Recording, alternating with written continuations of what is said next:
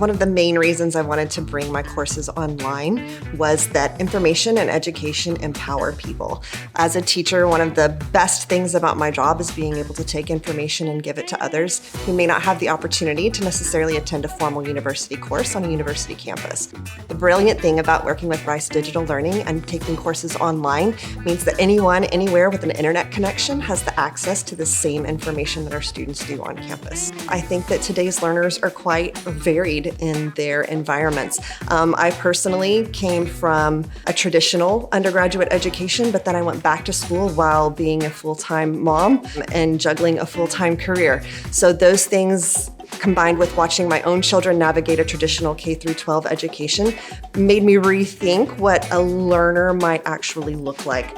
These unique learning needs and these unique learners helped me shape my course design in several ways. First of all, I knew that standing and lecturing at them for an hour and a half was not going to work. I tried to keep things much shorter to make things easier to access, to build in brain breaks and sound effects and stories that kept things more engaging, but also making it focused and making it applicable to the real world scenario. Medical terminology can definitely be dry and tedious for learners. I think when most people think about a medical terminology class, they just picture people sitting there with a deck of flashcards trying to memorize words.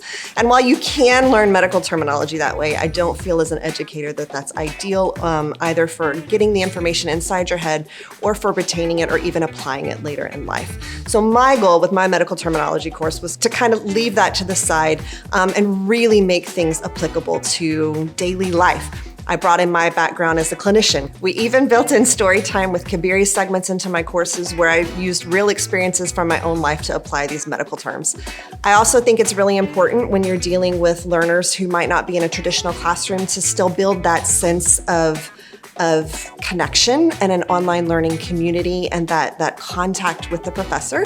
So we worked really hard to create activities where they still had team competitions. We did charades with chefs, we did Pictionary with puppets, we did Word on the Street where we interviewed people and asked them what they thought these medical terms meant. And then the students still have an opportunity to compete with each other and to work together as a team to learn this information in perhaps more non-traditional ways. Creativity is part of who I am, and I think it's a part of most of us, but it's something that we don't always have the opportunity to express. One of the brilliant things about working with Rice Digital Learning is they don't stifle your creativity. I came up with some pretty odd things to do to teach this information, everything from singing opera to swimming on a table. And Rice Digital Learning just said, okay, and they made it happen. Having this amazing team of video producers and course designers is something that's incredibly underutilized, particularly here at Rice. And I think once you get in and you meet them and you just start working with this team, that it sparks new creativity that just makes things better and stronger.